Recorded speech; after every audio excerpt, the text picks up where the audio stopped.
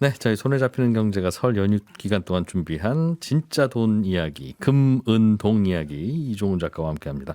작가님 어서 오십시오. 안녕하세요.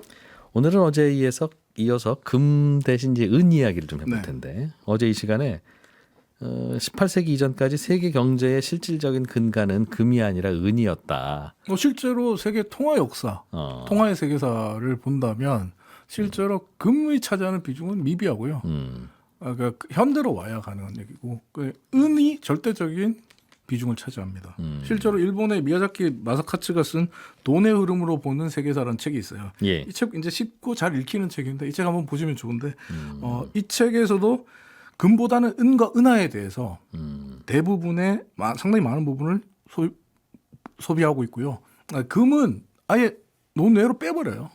그러니까 우리는 안 다뤄요. 그러니까 우리는 지금은 금은동을 어차피 다 그냥 상징적인 금속으로나 쓰고 귀금속으로나 생각하니까 금, 은, 동 순서로만 외우고 있지만 실제로는 은이 굉장히 다양하게도 쓰이고 귀금속으로도 쓰이고 뭐 그 돈으로도 화폐로도 중요했다는 뜻이군요. 화폐로서는 훨씬 더 중요했죠. 사실 그 책은 그 현대에 나오는 최첨단 전자기기에서 은이 조금 이제 금에 밀리고 구리에 밀리는 건 가격이 비싸기 때문이고. 예. 근데 이제 은이 전도성이 상당히 좋음에도 불구하고 어제 얘기했던 것처럼 이 황화 현상이 발생할 수 있거든요. 금은 그게 없단 말이에요. 금은 변하지 않는단 말이에요. 예. 그러니까 이게 얇은 최첨단 뭐 기판 같은데 도금을 하게 되면 이게 변하지 않는데 음박을 하게 되면 문제가 될 수 있다는 거죠. 기술적으로야 그런데 근데 저는 지난번 금 이야기 듣기 전에는 뭐 예를 들면 1000년이나 2000년 전에 그 동네에 그날 때도 부자가 있었을 거 아니겠습니까? 부잣집에 가면 네. 그때도 금고가 있을 거고 네. 그 금고를 열면 네. 금화가 그냥 가득할 거다. 그 돈이 있다면 금화가 있었을 것이다. 라고만 생각하고 있었는데 우리 가끔 영화나 이런 데서 보면 뭐 도둑이 들어가서 부잣집 금고를 열면 반짝반 노랗게 반짝이는 금화가 있잖아요. 이 현대적인 그 드라마나 영화를 보면 그렇죠. 다 근데 이제 그렇죠. 고증이 잘 된 사극을 보면 은덩이, 은계들이 있어요. 그 실제로는 현실은 그 당시 현실은 은계. 은이었다는 얘기네요. 예전에 이제 MBC에서 인기리에 방영됐던 옥중화라는 사극 있잖아요. 옥중화라는 사극 보면 은계, 은강산 찾아다니는 에피소드들이 몇 편으로 나오거든요. 그 은계가 굉장히 중요했는데 우리가 한자로 돈을 모아두고 돈을 이제 우리가 제일 모아두는 것으로 가장 먼저 떠올리는 것이 은행이잖아요. 그래 그걸 금행이라고 안 금행이라고 하고 은행이라고 하는 게 은행의 은행 은자잖아요. 그 생각해 보니 그러네요.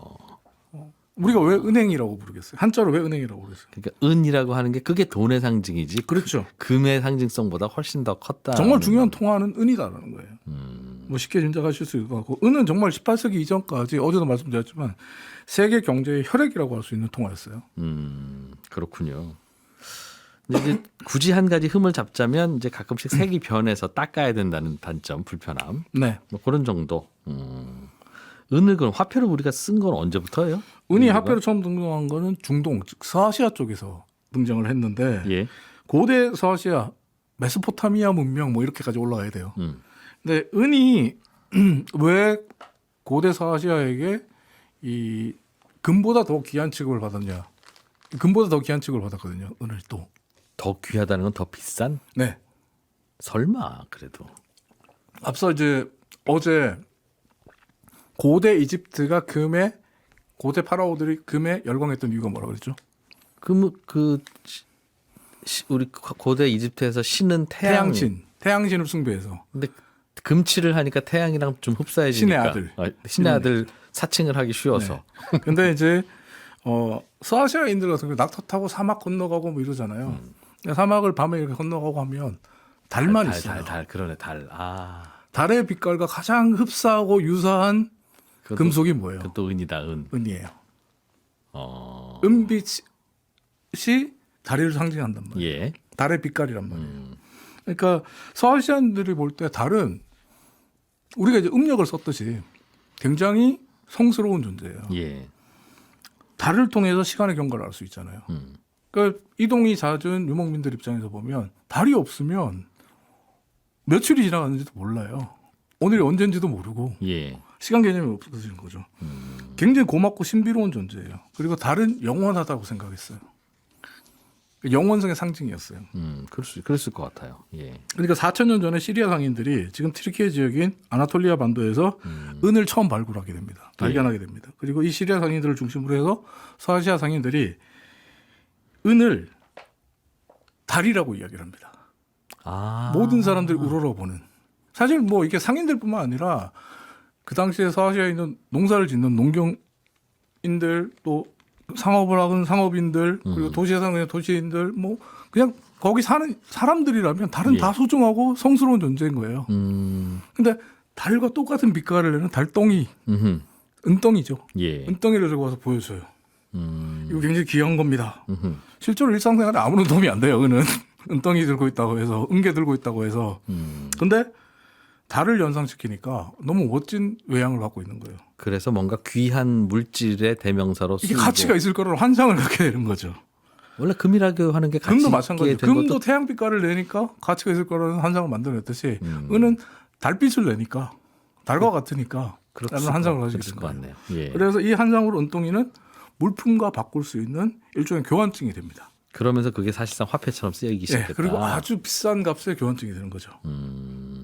근데 또 장점이 뭐냐면 은덩이도 부패하지 않기 잘 때문에 변하지 않고. 그러니까 변색만 잘 닦아주면 되고 예. 부패는 하지 않잖아요. 그렇죠. 그 뭐 우리가 고기나 생선을 들고 다니면서 물물 교환하려고 그러면 부패 걱정을 해야 돼. 유통기한 걱정을 해야 되잖아요. 네. 근데 이런 게 없잖아요. 그리고 시간이 지나도 가치가 변하지 않기 때문에 더 넓은 지역으로 더 긴 거리, 더 먼 거리, 긴 시간 동안 먼 거리를 다니면서 안정적으로 물건을 교환할 수 있어서 좋았던 거예요. 실제로 그리고 그걸 화폐로 썼어요. 그래서 은덩어리를. 교환증으로 썼죠. 은을 어디 맡겨놓고 그럼 아니 그게 아니라 내가 예를 들면 돼지 한 마리를 갖고 있어요. 근데 돼지 한 마리는 은 한 덩이면 바꿔줄 수 있습니다. 네. 이렇게 되는 거예요. 예. 근데 돼지 한 마리는 안 되는데 요즘은 은덩이가 귀해서 소 한 마리 돼야 되는데 매니저 교환을 한 거예요. 물물 교환을 한 거죠. 어떻게 보면 그 물물 중간- 교환을 했는데 이 은이 그러니까 앞서 말씀드린 부패하지도 않고 유통기한도 없고 하니까 더 많은 지역, 더 넓은 지역으로 확산되니까 은덩이도 확산된 거죠. 그러면서 돈처럼 쓰인 거네요. 그렇죠. 그러니까. 그러면서 이제 네. 화폐처럼 된 거죠. 화폐 기능을 하게 된 거죠. 음. 그리고 지배계층 역시 이 은덩이에 대한 가치를 인정하기 시작하는 거죠. 그렇죠. 돈 벌면 돈을 쟁여놔야 되는데 그걸 돼지로 쟁여놓으면 얼마나 시끄럽고 지배계층은 냄새나요. 그래서 은덩이를 재어놓기 시작합니다. 어. 축적해 나갑니다. 이게 이제 부를 축적하는 거예요. 그렇지. 그러면서 이 은덩이를 통해서 자신들의 지위와 기득권, 권위를 더 공고하게 만들었던 거죠. 그러니까 오죽하면 고대 바빌론 같은 경우에 함무라비 법전 아시죠? 함무라비 법전 함무라비 법전 유명하잖아요. 그런 법전이 있었다는 걸 네. 알죠. 근데 예. 모든 문제는 은으로 해결해라. 이런 정도로 은이 고대 서아시아 국가에서 정말 중요한 화폐처럼 통화처럼 활용이 됐다고 합니다. 뭘 잘못했거나 보상해야 될 거 있으면 은 줘라 그런 네. 얘기인가 보네요. 네, 실제 함무라비 법전이 유명한 거는 눈에는 눈, 이에는 이. 맞아요. 그런 네, 말이 그걸로 들어 있었다는 걸로 근데 유명하죠. 눈에는 눈, 이에는 이는 귀족끼리의 다툼이 있을 때 그때는 보복을 해라. 네. 귀족과 평민의 문제가 생겼을 때는 귀족은 은으로 다 해결할 수 있다. 그런 내용이 있어요. 은이면 다 된다. 돈이면 다 되는 세상이었던 거예요. 한마디로. 그 내용이 어떠냐면 평민의 뼈를 귀족이 부러뜨리면 은 1미나 지금으로 따지면 은 500g을 주면 되고 이빨을 부러뜨렸을 때는 은 3분의 1미나 167g을 지급하면 된다. 이렇게 법전에 쓰여져 있어요. 그래요. 은이면 다 되는 세상. 은으로 다 해결할 수 있는 세상이었던 거죠. 뭐 요즘 돈으로 보상하니까 요즘도. 그렇죠. 뭐 사실은 그렇지 뭐 다. 이후에 이제 페르시아 제국이 등장하는데 페르시아 제국 같은 경우는 매년 연간 36.7톤의 은을 세금으로 징수해서 이 은들을 리디아 어제 말씀드렸던 최초의 금화 주조국 예. 제조국 리디아로 보내서 은화로 만들어서 또 유통했습니다. 이제 흥미로운 건 중국인데 예. 중국도 금보다는 은을 통화로 사용했어요. 근데 중국 사람들이 금을 정말 좋아해요. 예. 금을 너무 좋아해요. 근데 중국도 고대 이집트와 약간 비슷한 게 뭐냐면 황금의 색깔은 황제의 색깔이에요. 그러니까 서민들이 함부로 쓰지 마. 그러니까 서민들 스스로가 너무 귀해요. 이건 황제의 것이에요. 쓰다 보면 두렵고. 네, 그리고 눈치 황제의 보이고. 것이기 때문에 그냥 내가 갖고 있는 것까지는 되는데 이걸 어디 팔거나 유통시키는 건 감히 불경스러운 그런 느낌. 예, 황공한 일인 거죠. 예. 그래서 이제 중국은 금은 소유하고 대신 기축통화로 사용하는 건 은으로 하고 이런 식으로 갔죠. 그래서 요즘 우리도 그런데 금은 그냥 쟁여놓고 책상 속에다 넣어놓고. 그렇죠. 약간 그렇죠. 그러니까 한때 전 세계에서 은을 가장 많이 쓰던 나라가 통화로 은을 가장 많이 쓰던 나라가 중국이었거든요. 예. 중국 같은 경우에 그 덕분에 사실은 한자에 은행이 등장한 거예요. 알겠어요. 은행이 된 게 은이 주로 통화로 쓰였던 그러니까 황제의 기억 색깔을 때문에. 내는 금을 금행이라고 만들 수는 없는 거죠. 그렇지. 네. 그 우리 그 중국 사극 같은 거 보면 예. 무협 드라마 같은 거 보면 황제 다 노란색 옷 입고 나오잖아요. 그러네요.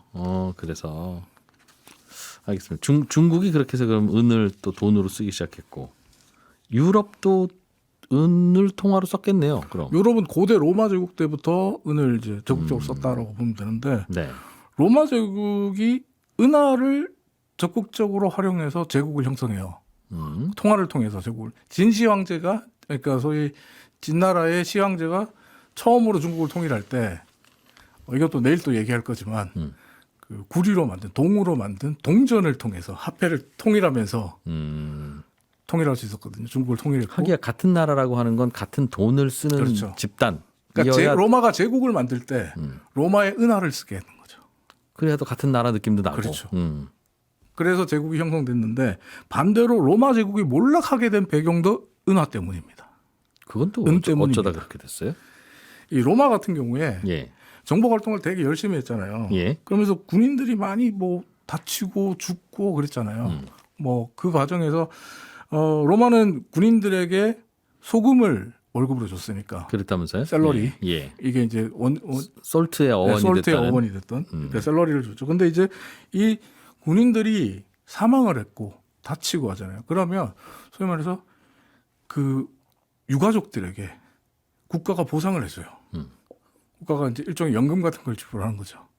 근데 이 정복 활동이 마무리가 되던 시기가 되니까 1세기 말인데 1세기 말이 되니까 시민권을 가진 병사들의 자손들을 부양하는데 국가가 휘청거릴 정도로 돈이 많이 들어가는 거예요. 보훈처 예산이 많이 그렇죠. 들었구나. 그러니까 사회보장비가 급격하게 늘어난 거예요. 지금 예. 지금으로 따지면. 그러니까 사회보장비가 급격하게 늘어나면 지금 프랑스처럼 국가 재정이 악화되죠. 근데 국가 재정이 악화되면 씀씀이를 줄여야 되잖아요. 근데 씀씀이를 줄이기가 힘들어요. 여기에 또 그러니까 고대 로마의 그 당시 가장 큰 문제는 정복 활동과 원전이 끝나버렸어요. 예. 이 말은 뭐냐면 더 이상 외국으로부터 전리품이 안 들어온다는 거예요. 외국에서 들어올 수 있는 전리품이 없고 기원전 167년에 마케도니아 은강산을 정복해서 로마가 은화를 만드는 은을 대부분 여기서 채굴 했는데 네. 이 마케도니아 은강산의 은이 고갈되기 시작합니다. 그럴 수도 있겠죠. 다 캐면. 예. 이거 은도 떨어져 가. 전리품도 안 들어와. 근데 나갈 돈은 더 많아졌어. 은이 없으니까 은화를 찍을 네. 은이 없어. 이거 굉장히 힘들어진 거예요. 예. 게다가 로마 제국의 또 문제점이 뭐냐면 당시 로마 제국은 조세 수입이 지출의 7, 80%밖에 안 될 정도로 세금이 쌌어요. 세금이 세금을 작았어요. 거둘 만한 시스템이 아니니까 네. 그냥 나라 돈은 은광 개발해서 은 그렇죠. 찍어서 계속 돈을 찍어서 쓰는 방식이거든요. 그러니까 로마 같은 경우는 나갈 돈을 조세 수입으로 충당하지 못하고 그러다가 나갈 돈은 더 늘어났고 들어오는 돈은 없고 그러니까 로마 재정에 큰 타격이 생깁니다. 예. 그래서 로마 제국이 고심 끝에 장고 끝에 악수를 둔다고 꼼수를 쓰기 시작합니다. 어떻게? 야, 은화의 은 함유량을 줄여버리자. 아, 뭐 그거 좀 줄인다고 누가 알겠어? 에이, 그냥 함유량 줄여서 은을 세이브하자. 다른 금속을 좀 섞어. 예. 딴 거 넣고 오케이. 그렇게 하자. 어. 그래서 이제 은 함유량을 줄이니까 은이 남잖아요. 예. 그러니까 기존에 들어갔던 은 가지고 통화량을 더 늘릴 수 있잖아요. 있지. 그럼 어떻게 되겠어요? 그러면 뭐 경제도 활발해지다가 인플레도 생기고 그러겠죠. 예. 근데 이제 이게 처음에 이 사람들이 그런 생각을 해요. 하지만 야, 이게 근데 괜찮은 아이디어야. 왜냐하면 은화의 가치가 하락해서 예. 인플레이션이 발생하는 기간까지 이 속도차가 있어. 뭐 그렇죠. 이 속도차를 잘 이용해 먹으면 돼. 우리 요걸 가지고 로마가 다시 일어설 수 있어 생각을 해요. 예. 그러면서 처음에 함유량을 15% 줄여요. 은화에. 기존에 순수 은이었거든요. 예. 그 전에 순수 은에서 15% 줄여서 이제 85%로 은화를 발행해요. 그 말은 은 함유량 85%. 그 말은 은화를 예. 15%더 발행했다는 말일 그렇죠. 수도 있고. 근데 예. 이게 시간이 지나니까 요거 가지고 안 돼요. 50%, 절반으로 줄이자. 이게 그 50%더 통화량이 늘어났다는 거잖아요. 이제 은 흔적만 남은 그 동전으로. 은하의 질도 나빠졌어. 이제 사람들도 다 알아요. 이게 실제 은하 맞아? 은 안 들어간 은. 은 안 들어갔는데 이게 아까 어제 얘기 드렸던 금메달처럼 그렇지. 이거 은 도금한 거 아니야? 이렇게 되는 거예요. 예. 은으로 도색만 한 거 아니야? 이렇게 되는 거예요. 근데 여기까지는 그래도 인플레이션이 있어도 참아요. 음흠. 근데 로마가 3세기 말이 되니까 은하의 은 함유량을 5%로 줄여버립니다. 여러분 은하는 엄청 발행을 많이 할 수 있죠. 과거에 비해서. 뭐 그렇죠. 예. 근데 5%은 들어간 걸 은하라고 할 수 있나? 그때쯤 되면 로마는 또 많이 경제가 팽창했다는 의미일 수도 있겠네요. 은하의 가치는 폭락했고요. 그렇겠네요. 인플레이션은 초인플레이션 상황으로 올라갑니다. 지금은 우리가 경제 구조가 팽창하면 돈이 많이 필요한데 그게 은행 대출을 통해서 늘어나니까 통화량이 저절로 늘어나는데 그걸 통화량을 조정하는 중앙은행들이 있잖아요. 당시만 해도 통화량을 늘릴 방법은 정부가 은을 찍어내는 수밖에 그렇죠. 없었는데 은하를 찍어내는 거죠. 그러니까 로마는 근데 그거 아니면 은광을 계속 개발해야 되는데 그건 어려우니까 네. 그냥 살짝 이렇게 그 당시에는 네. 사기이지만 그러니까 지금 표현하신 은하 사기를 통해서 어, 로마 제국은 초인플레이션 사회가 되고 초인플레이션이 발생하면 어떻게 되겠어요? 민심이 흉흉해지죠. 사람들 못 살겠다가 되죠. 예. 그럼 어떻게 돼요? 내란이 발생합니다. 그렇죠. 끊임없는 내란이 벌어지면서 결국 로마 제국은 자멸하고 맙니다. 이때도 집값이 많이 올랐겠네. 돈 가치가 떨어졌으니까 뭐 뻔하지 뭐. 그러니까 또 반대로 이제 은은 이렇게 한 제국을 몰락시키기도 하지만 지금 우리가 알고 있는 또 다른 새로운 화폐 제도를 만들어내기도 했어요. 그게 무슨 뭐냐 하면 얘기예요? 바로 예. 어음과 수표입니다. 어음과 수표. 예. 어음과 수표가 왜 등장했냐면 이 앞서 말씀드린 대로 은계를 가지고 물물 교환을 했잖아요. 근데 은의 생산량이 줄어들어요. 예. 은을 구하기가 자꾸 힘들어져요. 그렇죠. 물건 사야 되는데. 물건을 사야 되는데. 예. 그러면 야 내가 몇 월 며칠까지 내가 2주 뒤에 하는 열흘 뒤에 꼭 은하를 줄게. 줄게. 이따 은계를 치고. 줄게. 어. 내가 쓸 수 있어. 어허. 종이에 써줄게. 아, 신용카드 같은 거구나. 종이에 써줄게. 그리고 종이를 줘요. 예. 어음이죠. 그렇죠. 그리고 야 내가 얼마치 은하를 줄게 너한테. 확실히. 네, 사인할게. 어. 수표죠. 아, 또 그 수표가 돈처럼 돌아다니는구나. 그러니까 이게 사실은 팽창하는 경제 속도를 은 생산량이 따라잡지 못해서 등장한 게 아, 바로 어음과 수표거든요. 종이 은을 예. 사칭한 은. 그렇죠. 그리고 나중에 등장하는 게 이제 소위 이 종이 가지고 자 오늘부터 이게 돈입니다, 화폐입니다 하는 법정 화폐가 등장하죠. 그러네. 국가가 정하는 거지만 법정 화폐는 어쨌든 그래서 아라비아에서 시작된 어음이 10세기 지중해로 전파가 됐고 지중해에 모여 있던 이슬람 상인, 유대 상인, 이탈리아 상인들이 활발하게 이 어음 거래와 수표 거래를 합니다. 그럼 어떻게 되겠어요? 또 역시 인근 유럽 도시국가, 다른 도시국가로 퍼져나오겠죠. 그래서 국제 상업의 발전을 또 가져온 것도 은으로부터 비롯됐다 이렇게 볼 수 있습니다. 작가님이 말씀하셨듯이 그게 국제 상업의 발전을 가져왔다고 표현하셨는데 방금 표현을 보면 사실은 거의 그냥 사기 같은 거잖아요. 은이 없는데 앞서 말씀드린 법정 화폐도 사기죠. 사실 어떻게 그렇죠. 보면 은 5%밖에 안 들어있는 걸 은화라고 하니까. 예를 들어 그러나- 이 제가 지금 들고 있는 원고를 가지고 자 이거 내일부터 돈다발입니다. 라고 하면 내가 만약에 법적인 공신력을 갖고 있다면 법적 구속력을 갖고 있다면 이게 돈이 되는 거잖아요. 참 아이러니네요. 그러니까 경제 규모가 커지고 커져야 하면 돈이 계속 공급돼야 되는데 네. 돈이 공급되려면 진짜 돈이 공급되는 게 맞지만 진짜 돈을 어디서 구합니까? 황금을 캐야 되니까 은을 캐야 되니까 그건 어렵고 네. 그럴 때 그냥 에이, 돈을 공급하지 말자. 진짜 돈이 없으니까 라고 하면 경제가 발전 안 하고 경제가 발전하려면 가짜 돈이라도 공급해야 되는데 가짜 돈을 이제 공급하는 쪽으로 자꾸 그 당시에도 선택을 했다는 뜻이군요. 음모론일 수 있지만 음모론을 제기하는 쪽에서 이런 얘기도 합니다. 어제 이제 금 ETF나 금 펀드 예. 그 실버도 똑같잖아요. 은도 똑같잖아요. 근데 이게 존재하는데 이거 페이퍼 골드, 페이퍼 실버라고 말씀을 드렸잖아요. 예. 근데 이건 무슨 말이냐면 사실은 정확하게 말하면 이 ETF에 내가 가입을 해서 있다가 만기가 돼서 은행을 가거나 그 기관에 가서 이거 금으로 바꿔주세요 하면 바꿔줘야 되거든요. 그렇죠. 근데 그렇게 하는데 없잖아요. 그렇지. 그리고 그들이 그만큼의 금을 갖고 있는지도 모르잖아요. 그냥 서로 그렇게 그런 짓은 안 하기로 하고 그냥 하는 거죠. 그러니까 이걸 사기라고 할 거예요, 신용이라고 할 거예요. 그러니까 기분 좋을 때 보면 신용이고 기분 나쁠 때 보면 사기인 거지. 그래서 이제 유럽도 이 문제가 발생을 해요. 은이 부족하니까 유럽 경제는 발전하는데 은이 부족하니까 앞서 말씀하신 대로 이게 신용이냐 사기냐 예. 이런 딜레마에 빠져요. 이런 딜레마가 확산되면 확산될수록 경제가 침체되죠.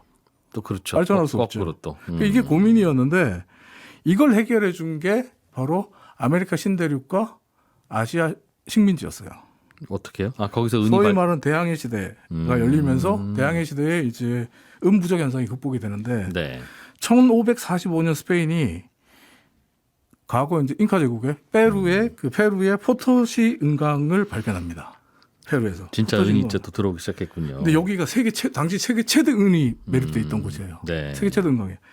그러니까 스페인이 이 포토시에서 엄청난 은을 스페인으로 가져옵니다. 그러니까 스페인은 은하가 넘쳐나요. 근데 이 포토시 은도 질이 상당히 좋았거든요. 예. 그러니까 스페인 은하가 제일 질이 좋아요. 스페인이 갑자기 유럽의 패권 국가가 됩니다.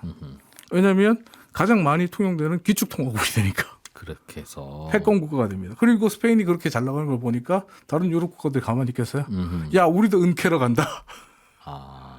다 나가요. 그러면서 대항해 시기였던 17세기, 18세기까지는 이 아메리카 대륙과 신대륙에서 구대륙 유럽으로 은이 은행. 물밀듯이 유입됩니다. 그 은이 뭐 잠시 후에는 또 중국으로 빠져나온다면서요. 중국으로 빠져나가지만 그렇지만 이게 어쨌든 유럽 경제를 회복시켜줬고 다시 부흥하게 만들어줍니다. 근데 19세기가 됐을 때 영국 같은 경우에 패권 국가였는데 예. 이 영국은 중국과 인도로 빠져나가는 은이 골칫덩어리였어요. 그 동네 물건 사오느라고도 그렇죠. 영국 티, 차 전부 다 중국, 인도에서 갖고 왔잖아요. 비단 그리고 도자기, 본차이나라고 하는 도자기 원조들. 그러다 보니까 이걸 해소하려고 하니까 방법이 없는 영국이 갖고 가서 파는 걸 안 사주니까 네. 딱 하나 있었어요. 아편. 그걸 갖다 강제로 팔려다가 아편을 대량으로 팝니다. 그러니까 청나라 정부가 이걸 도저히 못 가할 수 없다. 못 참겠다. 전쟁 나는 거죠. 그 전쟁이 바로 아편 전쟁입니다. 아편 전쟁은 영국은 중국에 들어간 은을 해소하기 위해서 아편을 갖다 판 거고 청나라는 이미 들어온 은을 내주기 싫어서 막았던 건데 청나라가 국민들의 치는 건강과 바람에 예.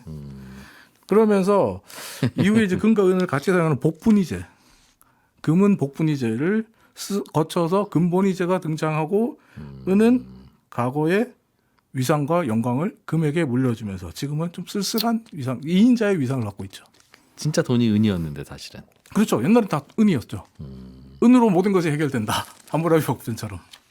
옛날에 유럽이랑 그 중국이 그 교류할 때도 또 은하고 금을 서로 교환하는 환율이 유럽이랑 중국이랑 서로 달라서 네.